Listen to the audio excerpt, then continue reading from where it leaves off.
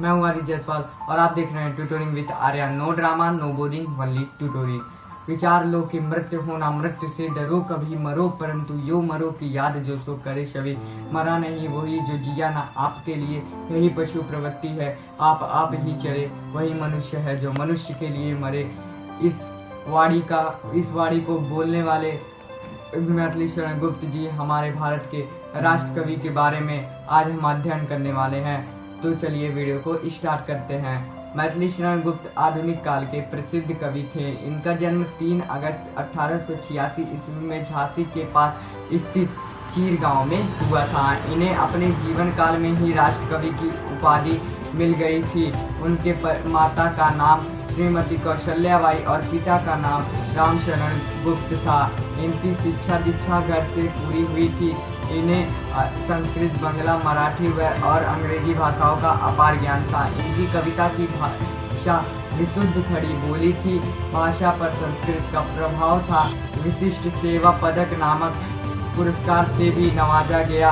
हिंदी कविता में इतिहास में यह इनका बहुत बड़ा योगदान था। पवित्रता, नैतिकता से रहना वह अपने जीवन का सर्वश्रेष्ठ धर्म मानते थे। जय अर्थवद, साकेत, यशोधरा इत्यादि इनकी प्रमुख थी, जिनमें से साकेत उनके जीवन का सर्वोच्च शिखर माना जाता है।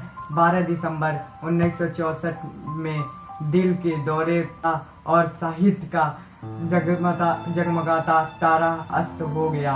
महाकाव्य, कई खंड काव्य गीत, नाटकियों और लिखी उन्होंने काव्य में राष्ट्रीय चेतना, धार्मिक भावना और मानवीय उत्थान प्रतिबंधित किए। और ऐसे ही राष्ट्र कवि और सम्मानित व्यक्ति और लेखक, कवि और हमारे भारत के साहित्यकार के जीवन का समाप्तिकरण हुआ। तो इनके लिए एक लाइक जरूर करना है। तो हमारे वीडियो को लाइक कर दीजिए, चैनल को सब्सक्राइब कीजिए, बेल आइकन को प्रेस कर दीजिए। Bye bye, take care, love you all.